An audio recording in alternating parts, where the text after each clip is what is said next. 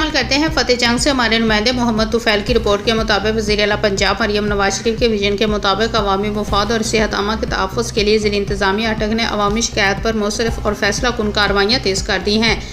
Deputy commissioner अटक आतिफ रज़ा और assistant commissioner फतेह जंग मोहतरमा सूरत मुबशर की हदायत पर प्राइस कंट्रोल मजिस्ट्रेट फतेह जंग चौधरी शफकत महमूद ने फतेह जंग शहर और गिरदोनवा में गैर मियारी मशरूबात, जाली कोल्ड ड्रिंक्स और गंदे पानी से तैयार करदा जाली बोतलों की तैयारी और फ़रोख्त के खिलाफ मौसर क्रैकडाउन किया। चौधरी शफकत महमूद की क़यादत में कार्रवाई के दौरान टीम ने मुतअद्दिद ऐसी फैक्ट्रियों और सीलिंग पॉइंट्स पर छापे मारे जहां इंसानी सेहत के लिए मुज़र अशिया तैयार और फ़रोख्त की जा रही थी। कार्रवाई के दौरान गन्ने के जूस के गंदे यूनिट, नाकस मशरूबात तैयार करने वाली फैक्ट्रियाँ, बोतलें भरने वाले गैर रजिस्टर्ड कारखाने सील किए गए। छापे के दौरान सफाई की नाकस सूरत-ए-हाल, मुलाजमीन की गैर तरबियत याफ्ता हालत और